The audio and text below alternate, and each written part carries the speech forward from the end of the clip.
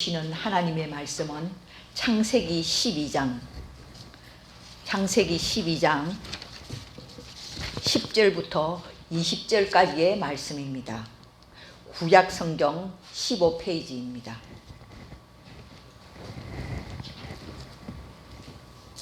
구약 성경 15페이지 창세기 12장 10절부터 20절까지의 말씀을 저와 여러분이 한 절씩 교독하시겠습니다.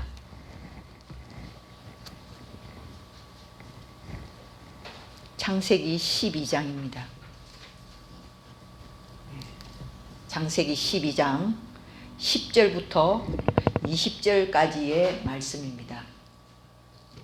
그 땅에 기근이 들었으므로 아브라함이 애굽에 거류하려고 거리로 내려갔으니 이는 그 땅에 기근이 심하였습니다.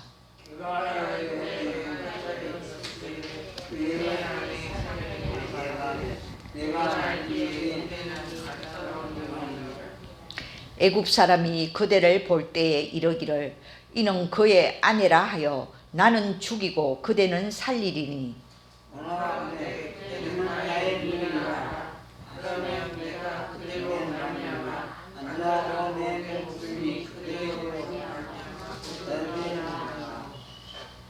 아브라함이 애굽에 이르렀을 때에 애굽 사람들이 그 여인이 심히 아리따움을 보았고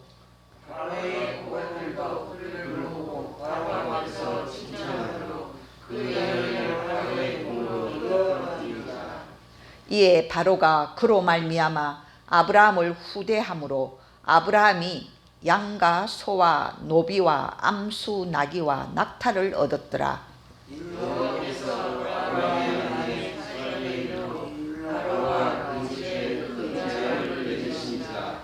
바로가 아브라함을 불러서 이르되 너가 어찌하여 나에게 이렇게 행하였느냐?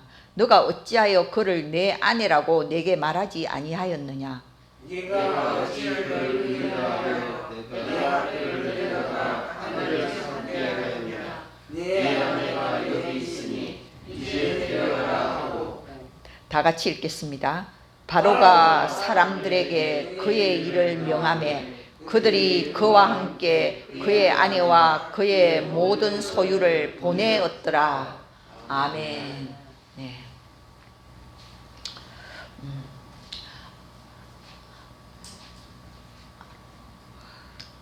아브라함은 하나님께서 직접 아브라함에게 나타나셔서 그를 부르셨습니다. 믿는 사람들의 조상으로 하나님께서 이 아브라함을 선택하시고 직접 그를 부르셨던 것입니다. 그래서 이제 아브라함은 하나님께서 말씀하신 대로 너 고향을 떠나서 내가 너에게 지시할 땅으로 가라 이렇게 말씀하십니다.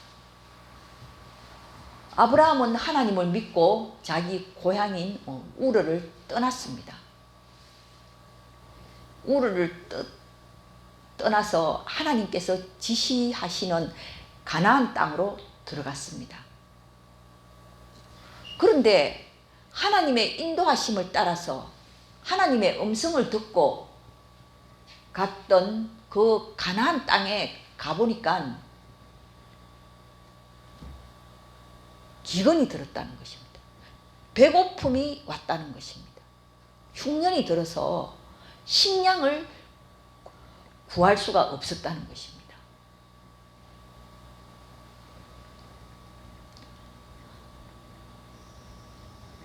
아브라함이 하나님께 순종하여 믿음의 길을 이제 막 시작한 것입니다.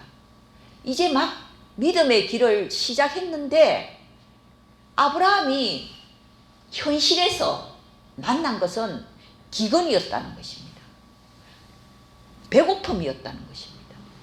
경제적인 어려움을 만났다는 것입니다.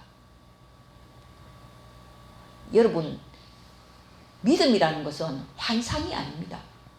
믿음이라는 것은 우리가 현실에 부딪히는 거예요.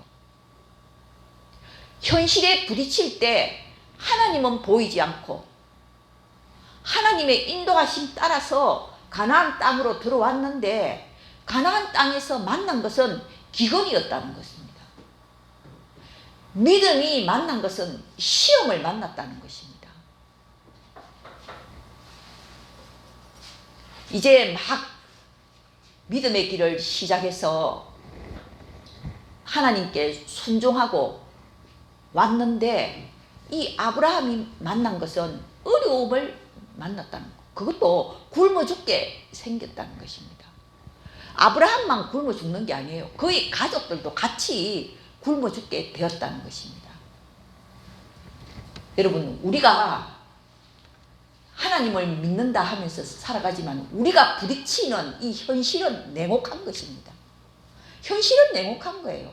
우리가 뭐 예수 믿는다고 해서 세상 사람들이 우리를 환영하는 게 아닙니다. 아브라함이 하나님을 믿기로 작정하고 가나안 땅으로 갔을 때 아브라함을 환영하는 사람은 아무도 없었어요.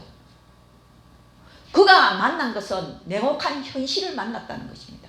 기근이라는 냉혹한 현실에 부딪히게 되었다는 것입니다.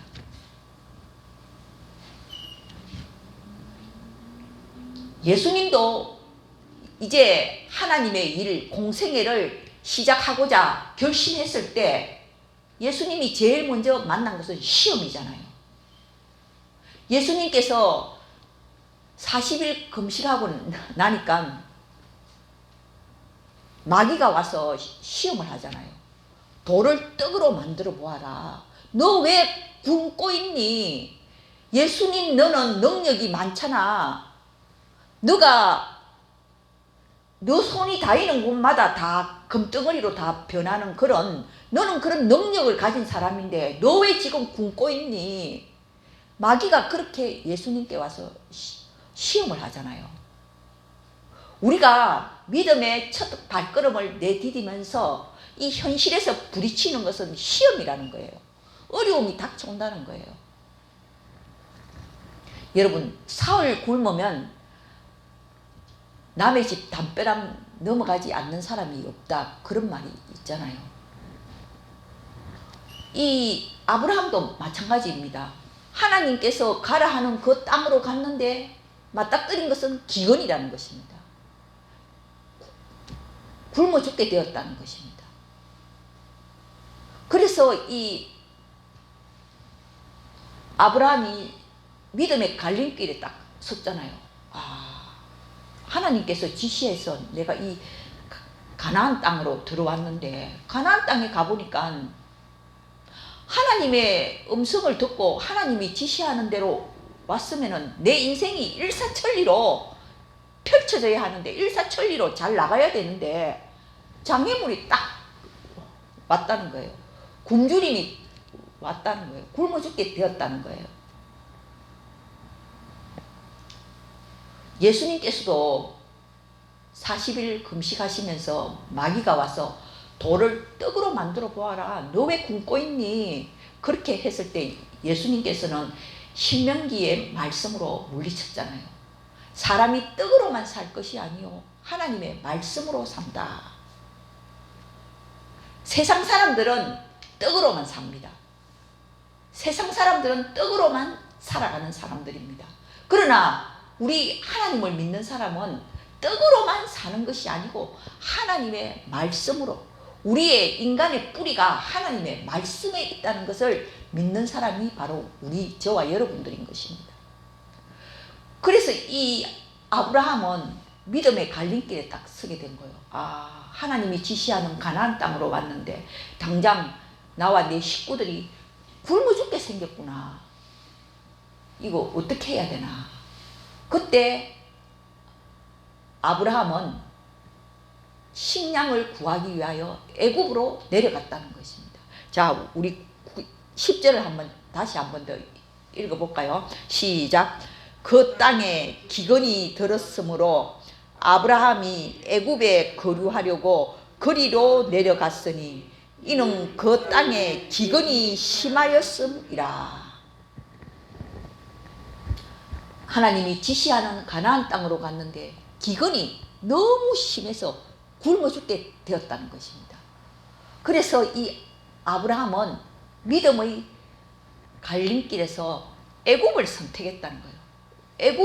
애굽으로 내려갔다는 거예요. 내려갔다. 이 내려갔다는 그런 의미가 있는 거예요. 여러분, 우리가 신앙생활을 하는 것은 항상 오르막길과 내리막길이 있어요. 우리가 늘 내 신앙이 하늘을 향해서 올라가는 것은 아니에요. 왜냐하면 우리는 재성을 가진 인간이기 때문에 우리의 신앙은 항상 오르막길이 있는가 하면 내리막길이 또 있고 늘 이것이 반복되는 거예요. 우리가 처음 믿을 때는 이 오르막길과 이 내리막길의 편차가 굉장히 심해요. 확 올라갔다가 확 그냥 지옥 밑바닥까지 또 이렇게 내려가고 그렇지만 우리가 신앙의 경륜이 이제 쌓여갈수록 이 편차가 점점 줄어드는 거예요. 경사가 점점 줄어드는 거예요.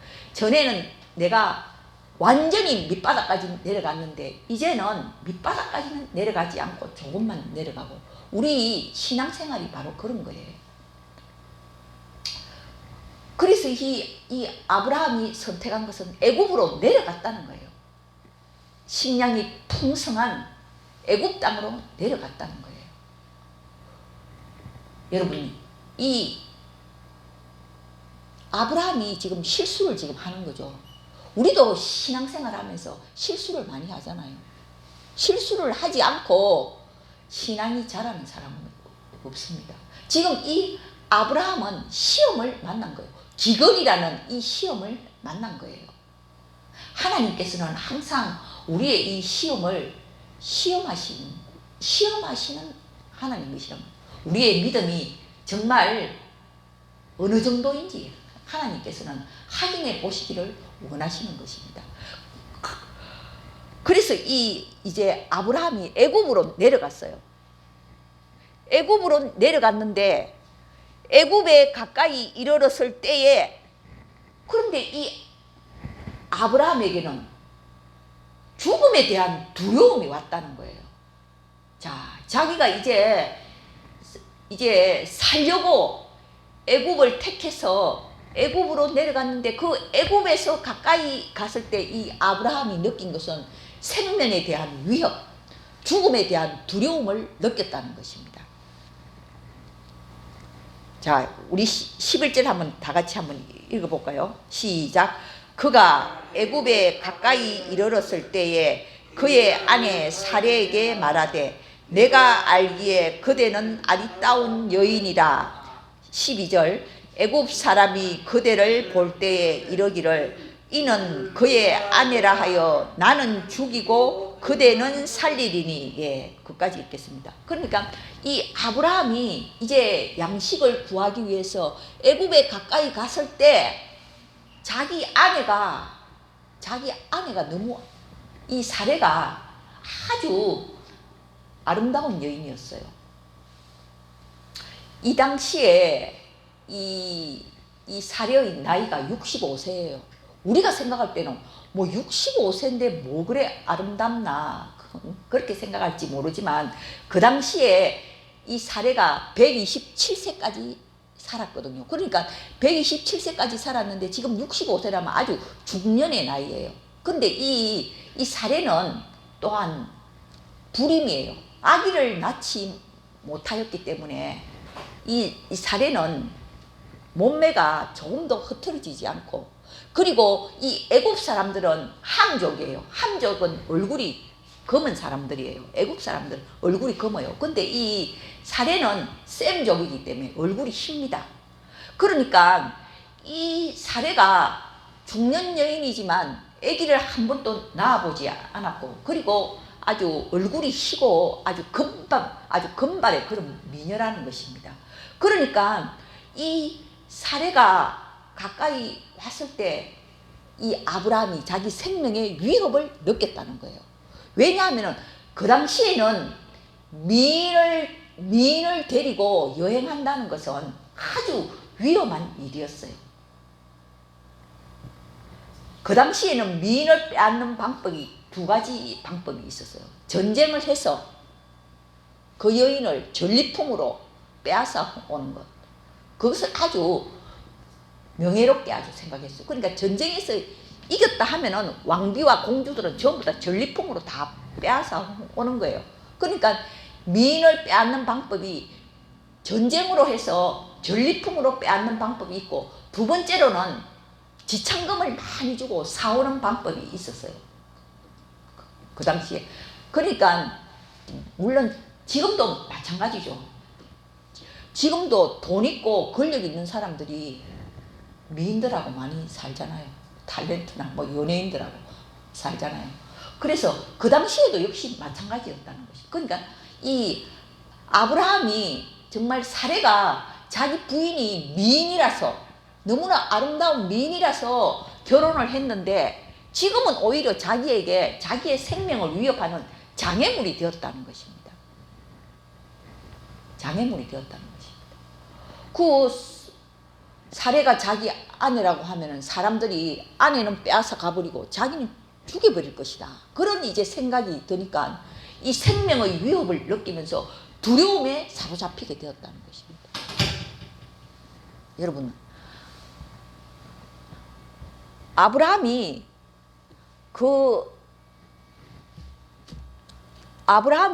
하나님의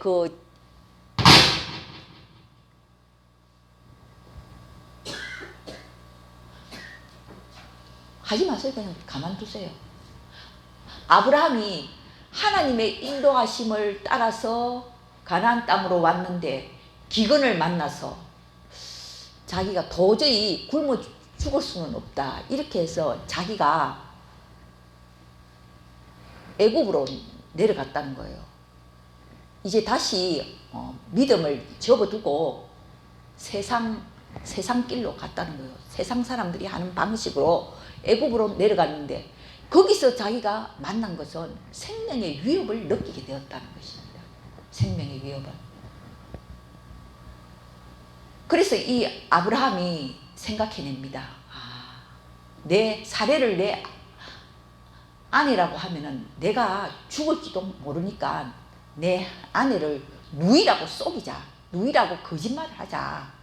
이제 아브라함은 자기 머리에서 그런 꾀를 생각해내는 것입니다. 그런데 그 꾀가 얼마나 오히려 자기를 웅덩이에 빠지게 하는 줄 모르고 이제 아브라함은 장꾀를 생각해낸 거죠. 아브라함이 믿음의 길을 가겠다고 시작했지만 어려움을 만나니까 자기가 다시 세상적인 그런 세상의 그런 방식을 택했다는 거예요. 그리고 자기의 경험을 생각하고, 그리고 자기의 합리적인 자기 경험에 비추어서 내 아내를 누이라고 속여야 되겠다. 거짓말을 해야 되겠다. 그런 생각을 하게 되었다는 것입니다. 사실 이 사례는 이 아브라함의 이복 누이입니다. 이복 누이. 그 당시에는 건친 결혼을 했기 때문에, 그러니까 뭐 아브라함이 영 그냥 얼토당토 않은 거짓말을 한 것은 아니죠. 약간의 근거가 있는 그런 이제 거짓말을 한 거죠. 사례는 사실 나의 이복 누이니까 실제로 내 누이라고 내가 뭐 그렇게 얘기한들 완전히 거짓말은 아니다.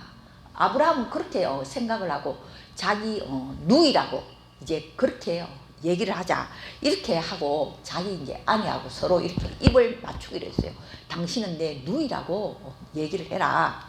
그래야 내가 당신으로 말미암아서 내 생명이 보존될 것이다. 오늘 이 본문에 보면 그대로 인하여 내 생명이 보존될 것이다. 이 보존된다 이 말은 내가 그대로 말미암아서 잘 살게 될 것이다.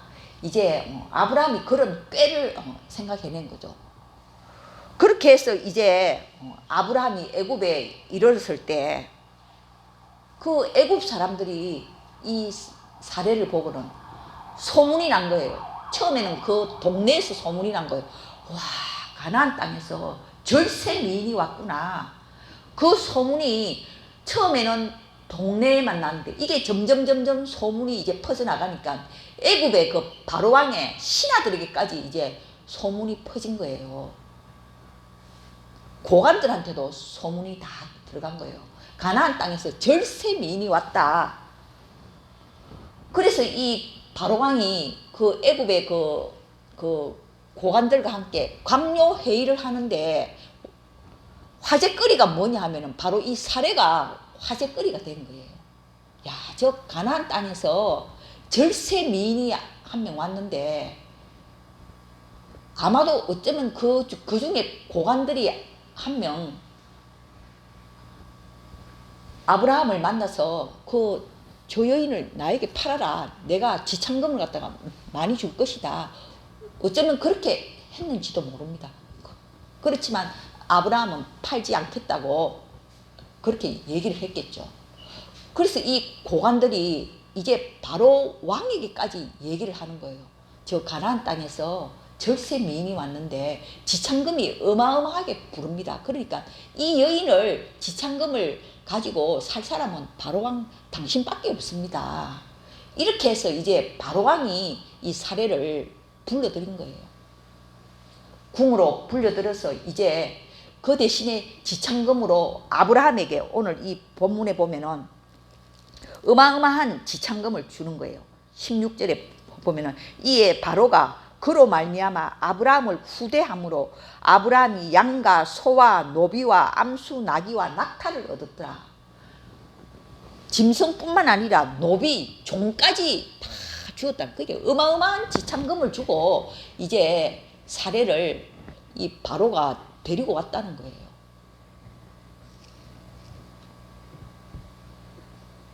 자, 아브라함은 일단 자기 재산이 늘어난 거에 대해서는 좋겠지만 이제 그 지참금을 받고 아브라함이 그날 밤에 무슨 생각이 들었겠습니까? 야, 내가 우르 땅에 내 고향에 그대로 내가 있었더라면은 좋았을 것을 왜 내가 이까지 이렇게 애굽 땅에 와서 내가 가장 사랑하는, 내가 가장 소중히 여기는 아내까지 내가 잃어버리게 되었구나. 아내를 내가 잃어버리게 되었구나. 이 아브라함이 이 사례를 굉장히 사랑했어요. 그 불임이었지만 사례가 아기를 낳지 못했지만 다른 여자와 같이 이렇게 후처를 들이지 않고 이 사례와 같이 살았던 것을 보면 이 아브라함이 사례를 굉장히 사랑했던 거예요. 그런데 자기가 아무리 재산이 늘어나도 아니 자기가 사랑하는 아내를 빼앗겨 버렸단 말이야. 자기가 가장 소중히 여기는 아내를 갖다 빼앗겨 버렸단 말이야. 이 아브라함이 그날 밤에 무슨 생각을 했겠어요? 내가 왜 내 고향 땅을 버리고 이까지 와서 내가 아내를 빼앗기는 이런 신세가 되었는가? 자기의 지나온 이 과거를 돌아보니까 통곡이 나오지 않았겠습니까? 이 통곡하면서 아브라함이 그날 밤에 무엇을 했겠어요? 하나님 앞에 기도를 했겠죠. 하나님, 이럴 수가 있습니까? 내가 하나님 지시대로 이 가나안 땅에 왔는데 이 땅에 와보니까 기근이 들어서 내가 굶어 죽지 않기 위해서 애굽에 왔는데 내가 이 애굽에 와서 내 아내를 빼앗기게 되었습니다. 내가 가장 소중히 여기는 내 아내를 빼앗기게 됐습니다. 이 아브라함이 통곡을 하면서 하나님께 기도를 했을 거예요. 자, 그때 무슨 일이 일어났을까요? 우리 17절을 우리 다 같이 한번 읽어보겠습니다. 17절 시작. 여호와께서 아브라함의 아내 사례의 일로 바로와 그 집에 큰 재앙을 내리신지라. 하나님께서 아브라함의 아내 사례의 일로 바로와 그 집에 큰 재앙을 내렸다는 것입니다.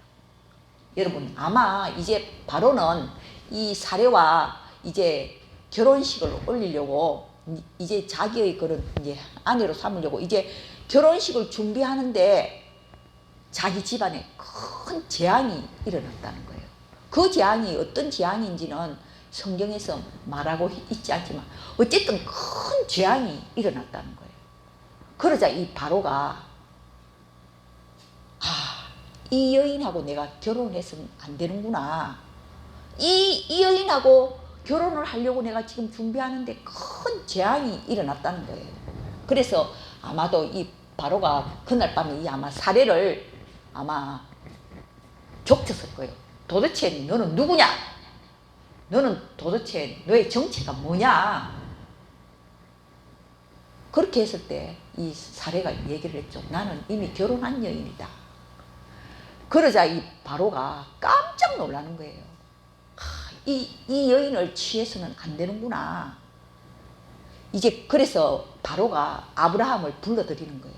아브라함을 불러들여서 여기 보면 아브라함을 향해서 굉장히 원망을 하는 거예요.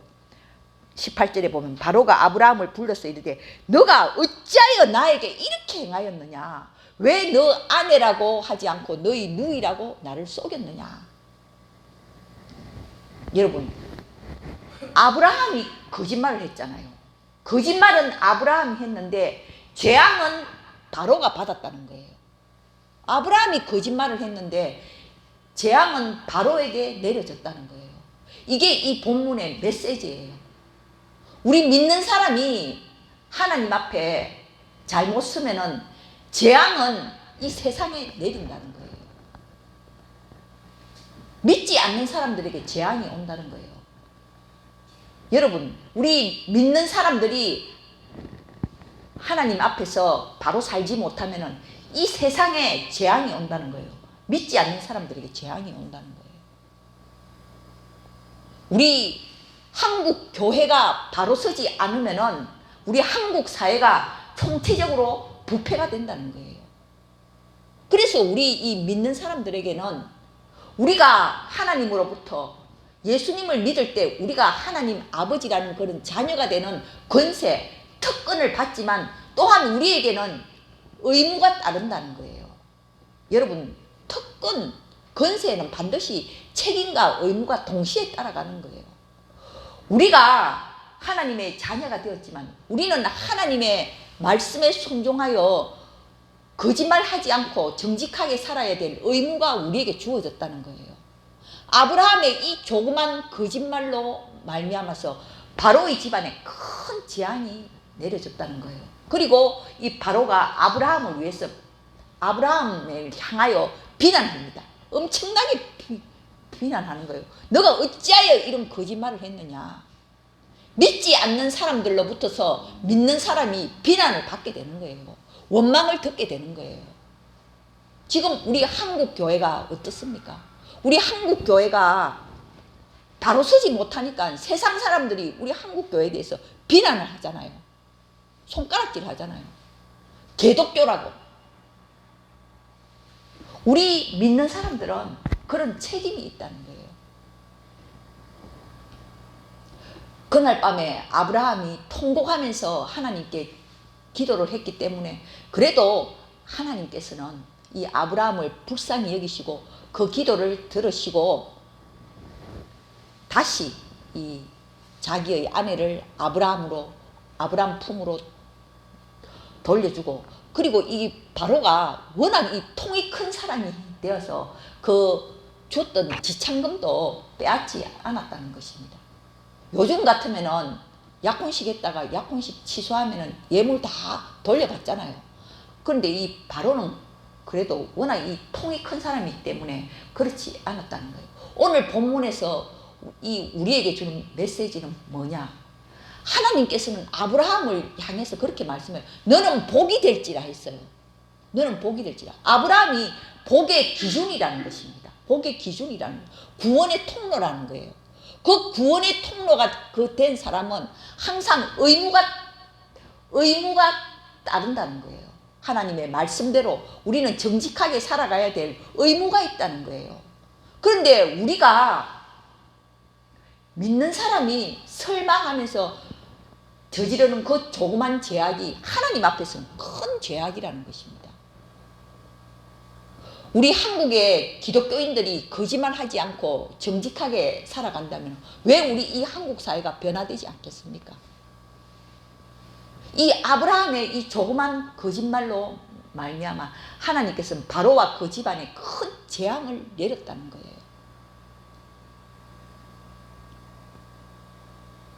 우리는 하나님을 내 편으로 끌어들이려고 하지 않아야 됩니다. 우리가 하나님 편에 서야지 하나님을 내 편으로 만들어서는 안 된다는 거예요.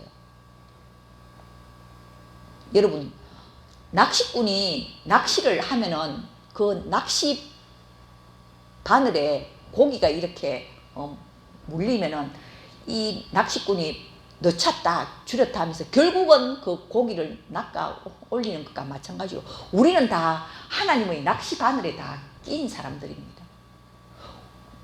우리가 아무리 도망친다 해도 하나님은 끝까지 우리를 축복하셔서 우리를 하나님의 사람으로 만들어 가는 거예요. 우리가 가는 이 믿음의 이 여정에는 시험이 많이 다가옵니다. 시험이 다가올 때마다 우리는 믿음을 저버리고 내가 전에 살았던, 믿지 않을 때 내가 살았던 그 방식으로 되돌아가지 않아야 된다는 것입니다. 세상적인 사람, 세상적인 그런 방식으로 내 경험에 의지해서, 내 상식에 의지해서 그렇게 살지 말아야 된다는 것입니다. 그런 교훈을 이 아브라함을 통해서 우리에게 가르쳐 주는 것입니다. 우리가 믿음 생활을 하면서 어려움을 만나면 항상 우리는 하나님은 잠깐 뒷전으로 이렇게 모셔놓고 세상 방식으로 돌아가려고 하는 그런 재성이 우리에게는 항상 있어요. 그렇지만 우리는 그때마다 이 하나님의 말씀을 붙들어야 된다는 것입니다. 이 아브라함의 실수를 우리가 기억해야 된다는 것입니다. 아브라함이 기근을 피해서 살려고 애굽으로 내려갔는데 거기서 더 큰 어려움을 맞닥뜨리게 되었다는 것입니다. 아내를 잃어버리게 되는 그런 불행을 자초하게 되었다는 것입니다. 우리는 우리의 믿음이 늘 오르막길만을 올라가는 것은 아닙니다. 우리의 믿음이 때로는 내리막길을 내려갈 때도 우리는 늘 하나님의 말씀을 기억하고 다시 하나님 앞으로 돌아와야 한다는 것입니다. 우리가 시험을 만날 때 그때 우리는 이 하나님의 말씀으로 물리치고 승리하시는 저와 여러분이 되시기를 주님의 이름으로 축원합니다. 하나님 아버지, 저희들이 가는 믿음의 여정에는 늘 일사천리로 잘 풀리는 그런 것이 아니라 늘 우리의 앞에는 장애물이 있고 시험이 도사리고 있습니다. 그런 장애물을 만나고 시험을 만날 때 우리가 생각해야 할 것은 이 하나님의 말씀을 기억할 수 있기를 원합니다. 우리를 다가오는 여러 가지 시험들을 두려워하지 않고 오직 피할 길을 주시는 그 하나님을 생각하면서 하나님의 말씀대로 하나님의 말씀을 붙잡고 살아가는 저희들이 되게 하여 주시옵소서. 특별히 우리 화진교회 성도님들 믿음의 여정을 시작한 이 길 위에 늘 하나님께서 함께 하셔서 저들의 길을 인도하여 주시옵소서. 저들이 가는 그 길이 말씀을 따라서 가는 복된 길이 되게 하여 주시옵소서. 예수님의 이름으로 기도드립니다. 아멘.